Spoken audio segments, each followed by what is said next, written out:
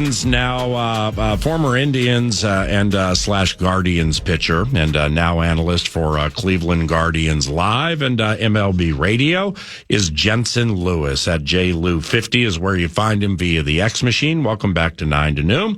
And JLou, we picked a good day to ask you to join, beloved JLou50. It was cool texting yesterday, and then the Twins, they get the money, they eke out. It's 4-1, but they still eked one out last night against your beloved G's and are keeping hope alive. How have you been? All is well, buddy, and Sam Darnold for president, I guess, the way you guys are playing up there right now. But hey, it's been one of those series too, where I think we talked about it maybe a week or so ago, when not necessarily the last gasp for the division, but certainly one. If you had any designs on getting back into the race, you had to get at least 3, if not sweep the 4-game set. But critical win last night, considering where Detroit has been the last 3 to 4 weeks overall. Game and a half back. The Tigers are now beginning play today.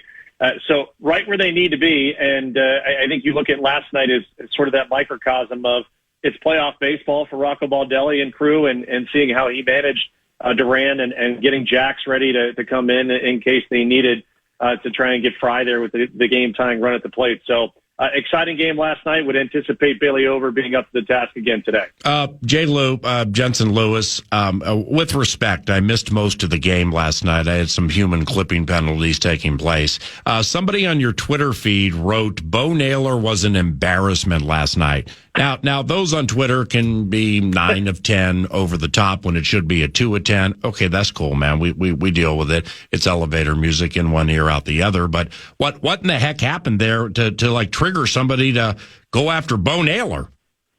Yeah, I kind of was trying to wrap my head around it as well. And when you think about the overall night in and of itself, just looking through the box score, opportunities for the Guardians, 1 for 6 with runners in scoring position, and Bo Naylor having 2 of those 6 at-bats where he was unable to come up with a game-changing hit. So if that's what they're worried about, then so be it. But overall, I think he's been as critical a piece, not only to the bottom of the lineup, but obviously handling this great staff as well. You at JLou50, that's FIFTY, at JLou50, you're all over that magic number, aren't you? I mean, and it's good to do that the day after a loss, just to remind people of the magic number and the wild card and the Tigers and oh my and all that. But you're all over that magic number, man, aren't you? It's been really surreal, I think, looking back now, PA, and full disclosure, and I think I mentioned this to you last time that we were together. I had picked your club to win this division at the beginning of the year, and I really felt that even at the All-Star break, they would certainly be heard from. And as streaky as they had been in the first half, getting healthy and getting Buxton and Correa back in the lineup with the healthy Royce Lewis, I thought would be pretty vaunted. And knowing what Wallner has done throughout, and Willie Castro being an all-star. But really, I think the injury to Joe Ryan is the one injury that you look back on and say, gosh, if that hadn't happened, perhaps this 4-game series would have been a much different outlook, having Pablo Lopez game 1, Joe Ryan game 2. But alas, here we are. And just being alive, period, is great. But I think overall, just from our club perspective, and I think you would agree, no one could have predicted that Stephen Vogt would be this good and this seamless from Tito Francona. You talk to managers, guys that have done it for 5-6 years, still don't have things figured out, right, and are still trying to get things looking easy. I mean, he's made it look unbelievable, and he's as big a reason why they're in a position tonight. Now they'll need some help. They gotta win, and they need help from the outside, but to have your magic number at 2 with 10 games left to get into the tournament, I think is just a remarkable achievement. Stephen Kwan, who's key, and I'm a fan of Ramirez and Jimenez and Josh Naylor and stuff. I mean, your squad's fun to watch, man. But Stephen Kwan hit the 10-day IL. How much harm to the Covenant does that bring? I don't think as much. I think it was a lot of precaution taken into it, and really the numbers, if you look back, at his last 3, maybe 3.5 weeks heading into that eventual decision. Some fatigue, definitely, PA. A lot of balls in the air where we're used to seeing him be such a consistent line drive hitter. So the mid-back inflammation is the official naming of the injury, and that being retro to September 14th. So, in essence, he could come back sometime in the middle of next week, or at least onto the weekend and be ready to go for that series against Houston. So I think a lot of this, just making sure that he is fully healthy, because he's as critical to the offensive success, regardless of who they play, when they get to October. J. Lou, Jensen Lewis at J. Lou 50, FIFTY, JLEWFIFTY. Follow him on Twitter, please, as 9 to Noon does. We know you love Cleveland sports, man. It just matters to you. J. Lou, even as a game-worn Evan Mobley jersey he'll wear around the house. Are fans super negative on Deshaun Watson, who just helped Cleveland win a game? Yeah, and you know this overreaction week 2, and after what happened with the Cowboys at home, I think there's so much made of a season opener, and when you live in this town and football is the clear number one, there were expectations here, and that's even with Nick Chubb, on IR there, missing the first 4 weeks. I think they felt that the weaponry was going to be enough that they could at least have a great opportunity to beat Dallas, and then looking at Jacksonville, a team that they've usually played well against, albeit there have been some close games. They had an optimistic feel they could be, 2-0. And after how they just got decimated with the offensive line injuries in week 1 and even heading into week 1, I think a lot of people looked at it and said the sky is falling. Now, it wasn't a pretty game, too, but as you know, a win is a win is a win. Even when Cousins was there and didn't have the best statistical game, a win is a win, and that's all you care about. So I think they feel a little bit better, but I think now you go up against a Giants defense that's there for the taking. There has to be consistency with Deshaun, and I think that ultimately is the bottom line of what fans are looking for. We haven't had that the last couple of years, and to give him the money that you did and the expectation that was there from that day forward, I think they're looking for a complete game or as close to it against a Giants team that should not give them a lot of resistance. Back to hardball, the Twins received 4 1/3 of nearly spotless bullpen action last night. Did that surprise you after the Monday meltdown? I think that just is predicated off of all those guys know that every game is so critical in the standings at this point. And when you're in pennant chase innings, you got to elevate your game. To see what Cole Irvin did coming in, last night, and I realized that, it's just a third of an inning, but to get into that situation and do what you do, pound the zone, commit, okay, huge relief for the club. Then Sands and Enrique, I think that's Enriquez's biggest inning or biggest appearance. I think Glenn Perkins was listening a little bit to your guys' broadcast last night, just getting the view of the other side. I think Glenn hit a home run on that analysis of, like, you just think about young guys that haven't been in big-time spots and on the road to do that. And then I said it to my better half sitting there watching the game last night. I said, if Baldelli doesn't come out and get Duran right now and get Japs, that's always the hardest appearance, PA, is when you're coming in with the adrenaline, you got to sit down and you got to pick up, get back up. Perk hit it out of the park, too. You'll never get to that adrenaline rush again when you're coming out because it's so hard to replicate. So thought it was a savvy managerial move to go get Jax, shut down an opportunity right there, especially with Duran at 30 pitches.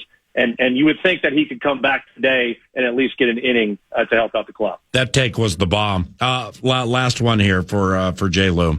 The Yankees have hit full throttle, haven't they? I mean, are they the best in the American League? I think they've got issues, PA, and the back end of their bullpen really scares me.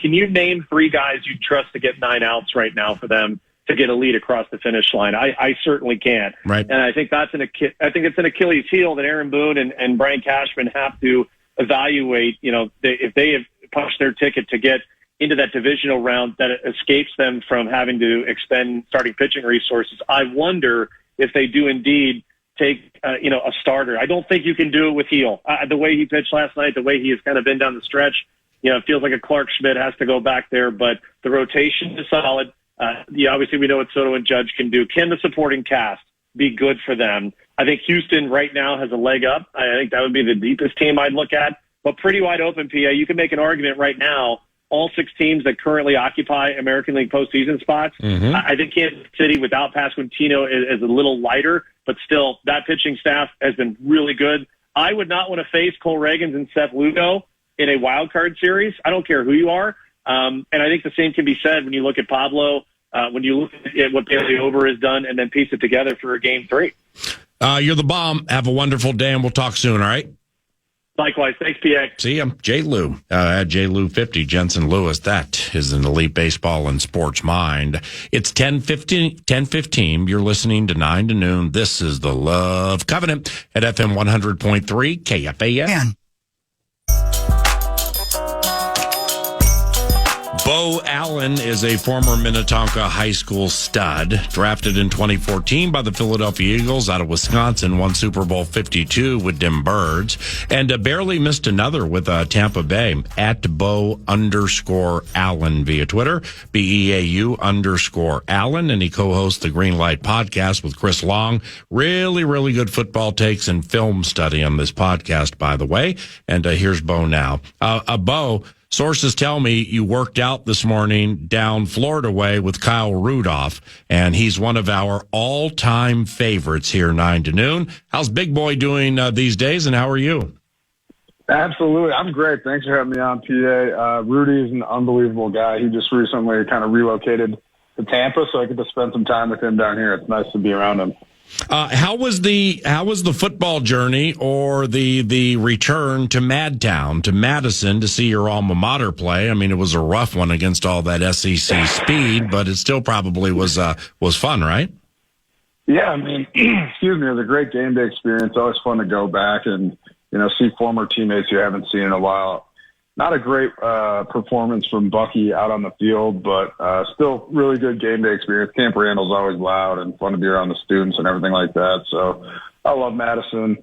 Fun to catch up with old teammates, and a little disappointed with the football team on the field, but Alabama's a better football team than us, so I don't think it was too shocking, frankly. Is it, Beau? Is it too simplistic, or is it too Rube-like to just be like all that SEC speed? I mean, Alabama, LSU, SEC, speed. They got speed and power and good quarterbacks and everything. But, I think Big Ten, and it's not like, every running back has to be Rondane, or every offensive lineman has to be Joe Thomas, or every defensive tackle has to be Beau Allen.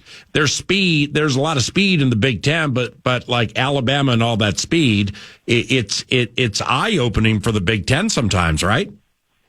Yeah, I mean, absolutely. The speed was definitely an issue. I think, I was doing some in-game analysis with James White and Melvin Gordon and some of my old Badger teammates, and we were kind of basically just saying, they're just more talented than us kind of across the board, whether it's speed or better playmakers or what have you. I mean, Milrose, I think he's an unbelievable athlete with his legs, and he had some good passes as well.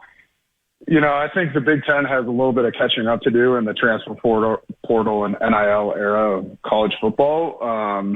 It just feels at times like this is something that the SEC got a jump start on behind the scenes, if you kind of understand my meaning. But I think, frankly, whenever you play a team like Alabama, number 4th ranked team at the time in the country, you kind of, you need to make big plays early and get some momentum. And, we kind of had the opposite of that. Our starting quarterback went down on the opening drive, and it's tough to hang in there when you have something like that occur. Yeah. With the NIL, but the transfer portal, then back to the pandemic of 2020, it's like, I'm putting together some of these game calling depth charts for Vikings games. And I mean, you're getting players 25.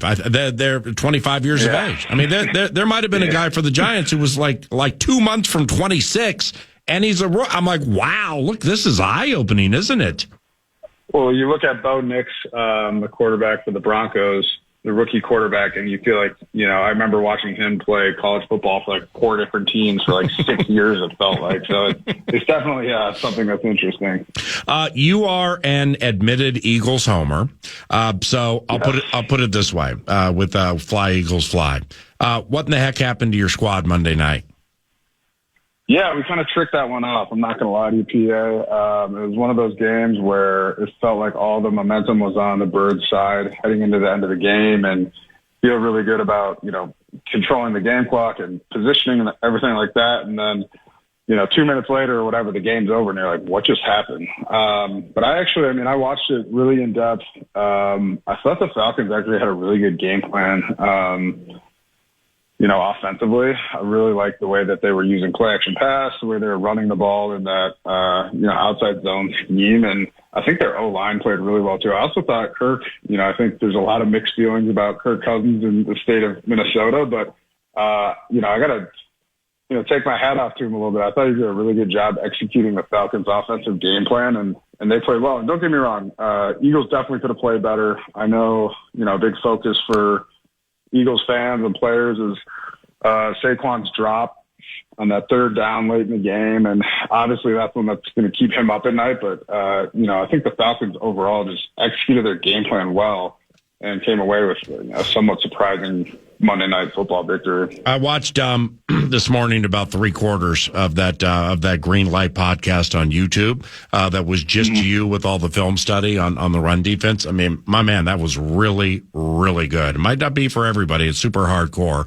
but I really, really loved it, and I learned a lot from it too. And you were really, really good against the run during your career, and. Why? Okay, more so than because you're big and you have desire. You paid attention and it mattered to you. So, like for those who miss this, what overall is irking you with Philly's run defense?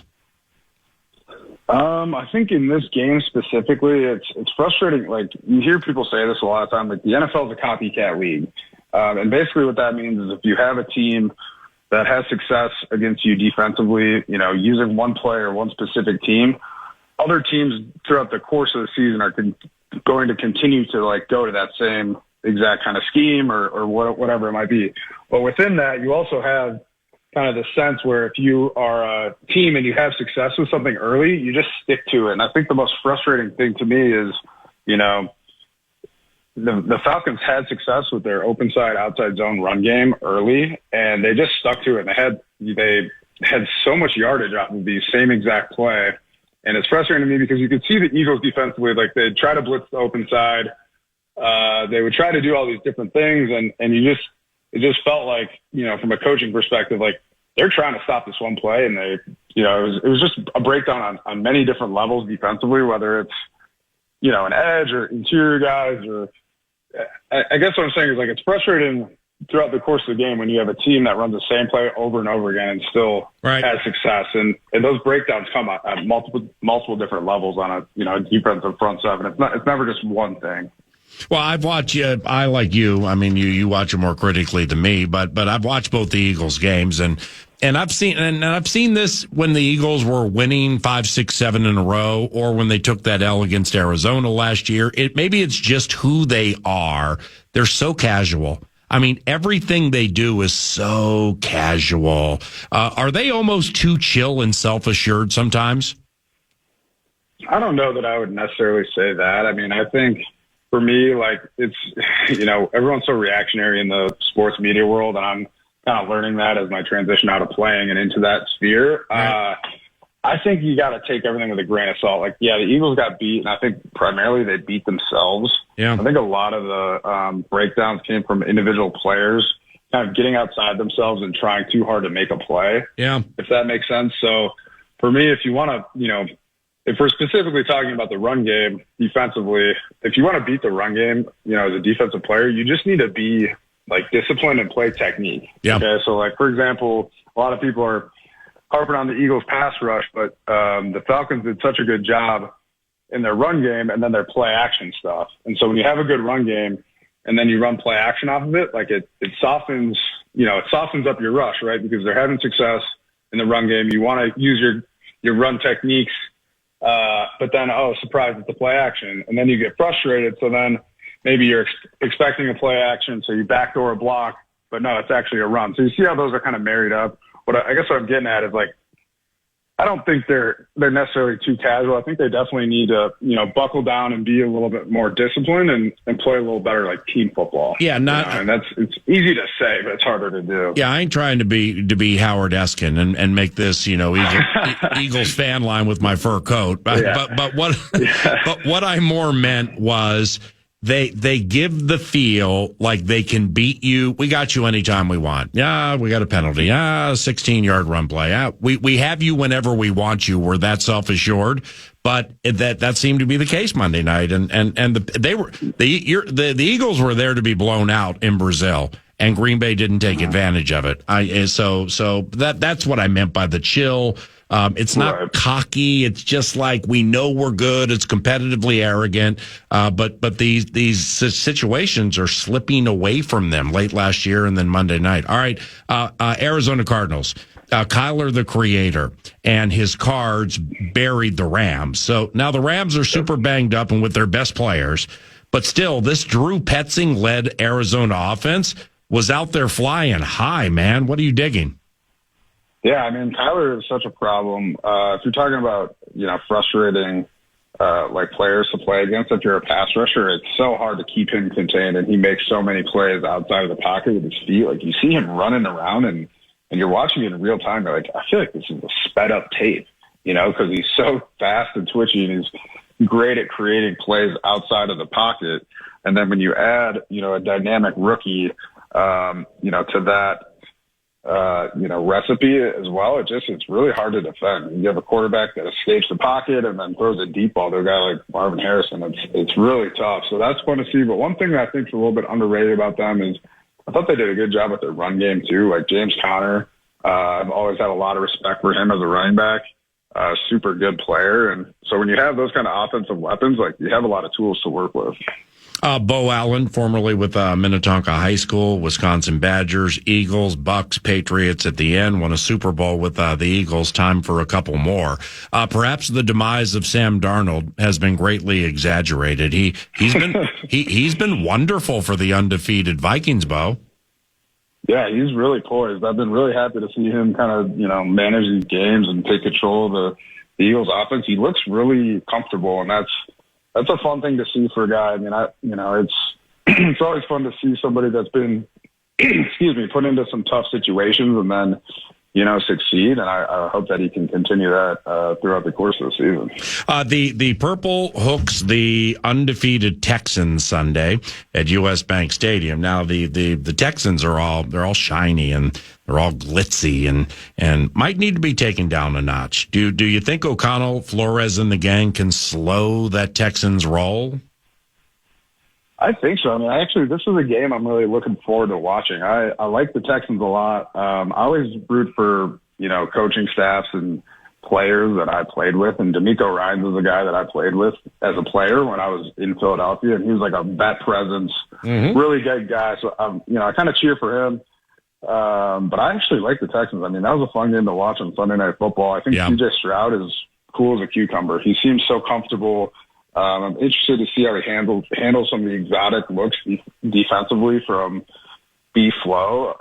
But I mean, they're a good team. I mean, I think Mixon's going to be out for this game. Maybe I'm not completely up to date on that. Yeah. But I think the thing that I'm most interested in watching is, like I just said, B-Flow's defense versus a somewhat young. Like it's.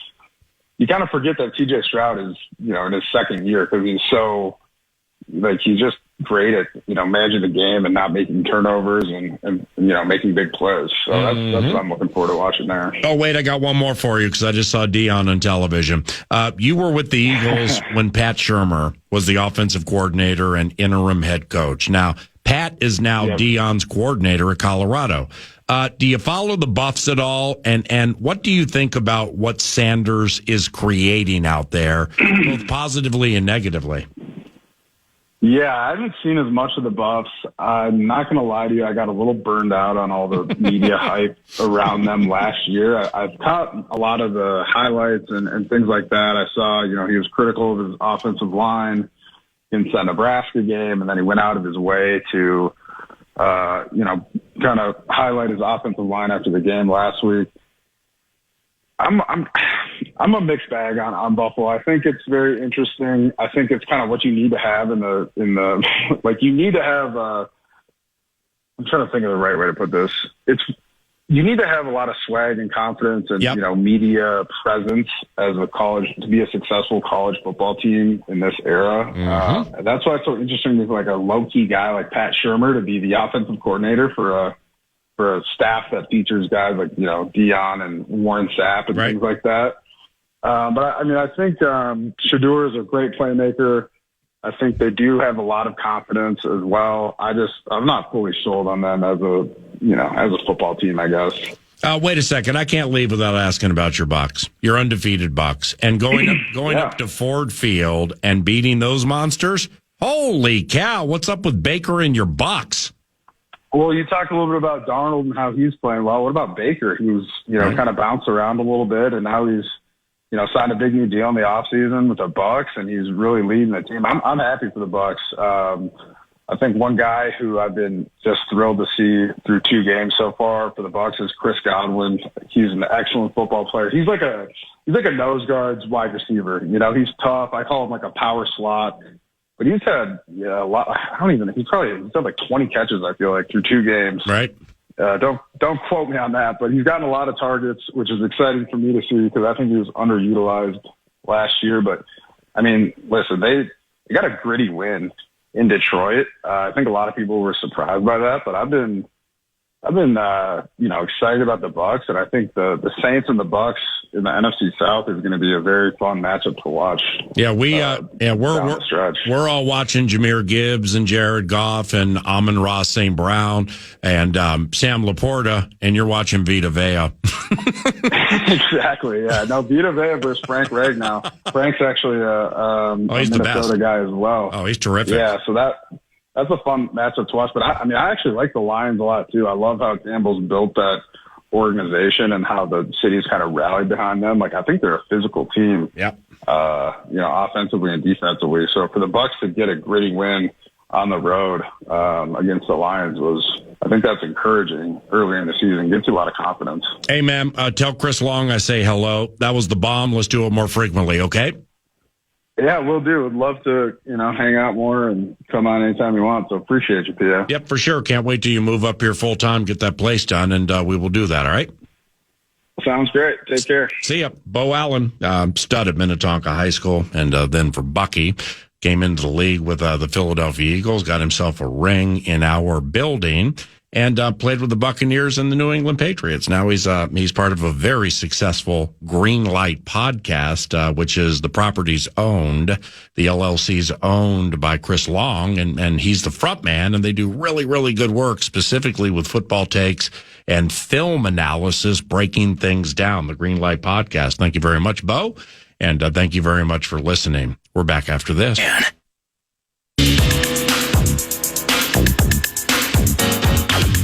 News to Nord brought to you by The Casino at Canterbury Park. Poker, blackjack, and table games all year round. Start putting those picks together for week 3, by the way, because tomorrow you can head to Canterbury. It's the NFL Pick'em game. You just need that MVP card, which is free, by the way. And you make your picks, and you'll have a chance to win some cash. So, and live racing. There's still 4 or 5 live racing days. There you go. In the 2024 calendar. I assume it's this weekend and next weekend. Is that accurate, sir? We go, well, Thursday, it's big tomorrow. Now, let me ask you a question. Okay. Do you like money? I love money. Okay, well, do you have an MVP card? I got an MVP card. You can win money with that MVP card with the Pro Pick'em Challenge. That's tomorrow at 10 a.m., as you mentioned. We race tomorrow evening at 5 o'clock. Then we race Saturday at 5 o'clock. Then next week, we go out with a shebang. We're going to have a Wednesday racing card. I believe that begins at 4. So we're going to go Wednesday, Thursday, closing day Saturday. Then the next day, the Vikings play the Green Bay Packers. What a ballyhooed weekend that's going to be for everybody. So CanterburyPark.com is the first place to go to get all of that on your calendar. And for the Minnesota Twins, needed a victory, and they got one last night. Thank you, Willie. Castro unloads to right field and deep. Back it goes and gone! Willie Castro comes up with a huge September swing. A 2-out, 2-run homer, and the Twins take a 4-1 lead. Thank you, Bally Sports. That put the game in the bag, PA. Griffin Jacks, a bit maligned about 36 hours ago. He was an 8-pitch saver last night. Twins get the win. They didn't gain any ground in terms of the division. They didn't gain any breathing room on the Tigers in that wild card fight. Still just 1.5 ahead of Detroit. Seattle lost. They dropped from 2 to 3 games back. So it's still tight, but you need these W's, right? So 2 more against the Cleveland Guardians. Great chat that is podcastable later on with Jensen Lewis who's a former Indians pitcher, now an analyst for the Guardians on television. So he broke the game and games down a little bit deeper. But it's Ober and Tanner Bibby tonight, 5:40 start for the baseball team. Well, see, Cleveland has plenty for which to play. I mean, Cleveland is looking to win more games than, say, the New York Yankees and establish some home ice advantage throughout the Major League Baseball playoffs. And but they lose Stephen Kwan. He goes to the injured list he's their leadoff guy. J. Lou 50 via Twitter. Follow him if you are so inclined. He didn't seem to think like in a short patch that was going to be the biggest concern in the world. I like I want to say I like the totality of their pitching better than ours, but I like Pablo Lopez better than anything they put out there. So, with Ober, and it's key. It's super key right now, getting at least big-time 5-and-fly performances from your ancillary starters. So with Pablo, give us 6 or 7, kick mad producer in the spot and call it a day. Jeez. With Zebby and Festa and all these other super special new names. Yeah, just get to 5. How about just a 5-and-fly? I mean, give me a 5-and-fly. You gave up 4 hits, 1 or 2 runs, and it's okay for us to score 4, 5, or 6. But all the games it's all tightly contested now, all right? Like the Yankees, Seattle's had a little success against the Yankees of late, and Seattle is right behind Detroit, and both are behind the Minnesota Twins. And Seattle's been playing okay. I mean, Aaron Judge and the Yankees went out to the Cappuccino Capital last night and just put their thumbs on little brother and said, stay down, you ain't getting up. And they beat him in a low-scoring game. Just a lot of low-scoring games because people are nervous and the constipation level is high with those trying to hold on or eke in. Just something to follow because a lot of these games have been of the underwhelming variety, and that generally happens mid-September on. Minnesota Lynx won a close one last night as the Connecticut Sun. They went running in the fourth quarter before the Lynx got out alive with a 78-76 victory. Nafisa Collier led everybody with 25. Courtney Williams, she had 12 dimes, but she and Kayla McBride really had bad shooting nights. But regardless, again, they got the W, the 30-9. Yeah. Wow. I think they've lost 1 in like 2 months. Only got a game left, I think. It's tomorrow night against the Sparks at Target Center. And that's it. That's it for the regular season. Excited to have Lindsay Whalen in studio, it sounds like, tomorrow at 11 to start cooking for the playoffs. Now, here's what's going to happen. She will be from the not a mansion, the castle. She'll be from the Eden Prairie Castle, which is surrounded by a moat. And I know that because she lives about 4 minutes away from me. It's the one with the drawbridge, right? Yep, got the drawbridge. The turrets and the flags. And Billy Go Gruff underneath the drawbridge with a troll with short arms and looks like a double animal. She doesn't have to deal with the cottonwoods. She lives far enough. She's free and clear of the cottonwood. Oh, yeah. She has minotaurs and centaurs that just knock them down. They're so strong, they just pull them down. So it's something with which Lindsay Whalen does not deal. She will be on the radio show tomorrow at about 9:35. It'll be a cell segment from the compound surrounded by the moat. But then moving forward, we're going to have her in studio each and every Thursday probably for a little while. Who knows? Maybe forever. I think that'd be super cool. To chat about the Lynx, the WNBA playoffs, Vikings football, and she's a complete sports rube.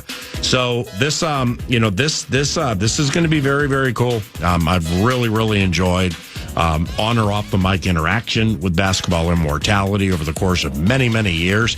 As I've mentioned, 55 times, I've watched more WNBA this year than I've ever watched in my life. And in fact, until the Vikings started playing regular season games, I watched every Indiana Fever game, or at least most of it, the ones I could find at least, during the course of the season. And that drew me back into the Lynx and drew me into Asia Wilson and drew me into what the Liberty does and what Connecticut does and knowing the Atlanta Dream, squeaking into the postseason, just got 2 key players back from injury a couple of weeks ago. So that's kind of a menacing presence and so on and so on and so on. But I also know the Lynx will hook the Phoenix Mercury in the first round. They're going to bounce Diana Taurasi right into retirement. You watch. They're going to bounce her right into retirement. Brittany Griner wants nothing to do with Nafisa Collier, and the Lynx will beat Phoenix 2-0 and hopefully get a little bit of a chill for the next round. But Lindsay, starting next week, will be in studio 9:35 tomorrow, 9 to noon. And to the NFL, Dan Campbell, you were mentioning with Bo last segment, Bucks went up to Detroit, beat the Detroit Lions 20-16. It was a nail-biter. Here's Dan Campbell. He believes that he's the reason for the loss. I asked for improvement from last week, was the story. And we did improve. And their coach cost them. Their head coach cost them this one. So, critical error into half. And 100% on me. We improved. There's areas we got to continue to improve on, but it's not okay. So the head coach, and he doesn't need to be reminded, there is a second half. It was a one-score game. There were opportunities, but what he's referring to, late in the first half, Lions had the ball deep in Bucs territory. They were out of timeouts, and Jared Goff gets Amon-Ra St. Brown down to the Bucs 8-yard line with about 11 seconds left. Clock is running. Now, they begin to put their field goal team onto the field while the offense is simultaneously scrambling to spike the ball. With 4 seconds left, they spike the ball. The problem is field goal teams rushing onto the field. Oh, geez. Too many men, 10-second runoff, 4 seconds left, do the math, -6. They even it out at 0, of course, and it's halftime. So they took 3 points off the board. Now, where I'm going with this, though, PA, because I do want to mention the Bucs, who are 2-0. The Lions held the Bucs to 2 of 10 on third down. They sacked Baker Mayfield 5 times. Wow. The Bucs only had 216 total yards of offense. The Lions had 460. They outpossessed them by about 8 minutes. The Lions were 1 of 7 in the red zone, 2 picks from Goff, including a late dagger in desperation. I know the 3 points off the board matters, but my goodness, did they absolutely murder the Bucs and find a way to lose that game? Maybe it is the coach's fault. Right. But if you're just box score chasing PA, you're thinking Lions by 3 scores. That's how lopsided it was. 1 of 7 in the red zone. That's crazy. Wow, that is. And I had read or seen a headline of what Dan Campbell said. Now, so that would give me into the lead, LEDE, or subsequently a few paragraphs to make sure that he's not just saying what we've heard coaches say forever. And put that one on me. Put that one on me, because they want to take the pressure not only off players, but players who are a little fragile with the sensitivity, and they get their feelings hurt easily and things like that. That was not the case. You can read 2 or 3 paragraphs of that story from Monday with Dan Campbell getting after himself. Now you heard Nordo explain it. It's like, wow. I mean, he's making a lot of sense here, but we're also developing breadcrumbs that are a common thread. Where is I'm not. It doesn't bug me that how he handles fourth down as much as it does some others. I mean, I think there are some critical moments that he would like to have back, but nevertheless, I'm personally speaking, I like those who err on the aggressive side as opposed to the timid passive side. Yeah. Well, that's him. And I think it's going to bear its fruit over a lot of years. It just doesn't. So that doesn't seem to be the case at this moment. Well, that's how those odds all work out, right? I mean, the odds of something working, if you're going analytically, it's based on 1,000 reps in this spot, or based on 10,000 coin flips. Agreed. XYZ. Yeah, that's so you do have to look at a larger sample size. I agree with you. And see that, it's kind of an age-old blackjack analogy, where if you're sitting at a blackjack table and, say the dealer has a 2 and you have a 2, or the dealer has a 3 and you have a 2. Well, I'm staying on that every single time. Okay. And the reason I am is because I was raised to make the dealer hit. If you don't have to take cards, let the dealer take the cards. If you lose, you lose. Well, then you'll get some rube who will be like, the book says to hit. But the book says. Yep. All right, well, most people don't know, and it plays exactly into what you just said. Okay, well, what book? Well, they don't know the name of the book. And then secondly, well, what exactly does the book say about that? Oh, you mean the book that is predicated on 10,000 hands being played consistently? Yeah. I ain't playing 10,000 hands. And by the way, the advantage is what? We're talking decimal, Don't know, don't care. Infinitesimal. Don't know, don't care. I deal with this in other conversations about different things where people will just take one low hanger and then can't go anywhere from there. Which is just, it's lazy. It's just foolish. But that's the thing with the book. It's like, well, the book says. All right, well, I mean, the book is predicated on 10,000 consecutive hands being played. And neither one of us are playing 10,000 consecutive hands. I ain't got the bankroll for that. And by the way, I'm not here to make friends. I'm here to make money. So I'm going to stay. And then you can move on to the next hand. And there are other if you don't like the way somebody plays, then get up and leave. If you don't like the way Dan Campbell coaches, then don't go to the games. But over the course of a long period of time, I believe what he's doing now will bear its fruit. I'm almost moodily, I shoot from the hip on 2s against 2s and 3s. Mm-hmm.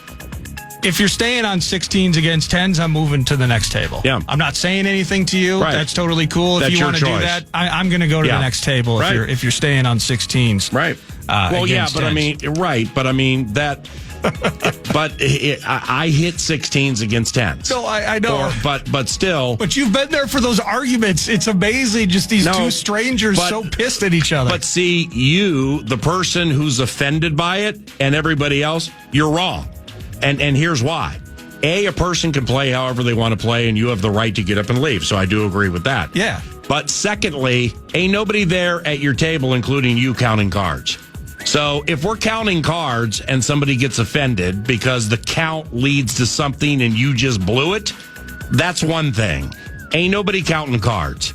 So therefore, it's not as much of a percentage or age-old L or mistake. It's just the way. It's not the way you want to play. No, it's you know what I'm saying? For me, it's a mood and a vibe thing.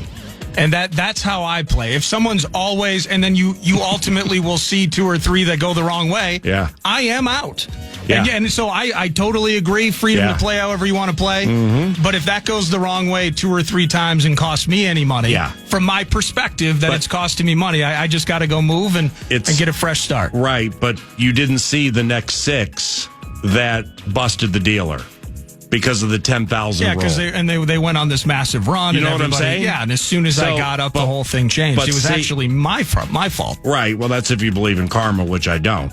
So, but off what you're saying, where I would agree is if something, if it involves your money and investing, short-term investing, blackjack, horse racing, sports, whatever it is, if you mentally are off, if somebody's frustrating you, or if you're playing on scared money, you're going to lose every single time, metaphorically speaking. You know what I'm saying? So, I agree that if somebody just continues to I'm staying on 13 against that 7, staying on 14 against that 8, then that's it. Just take your W or your L. Yeah. Be respectful. Get up and change tables.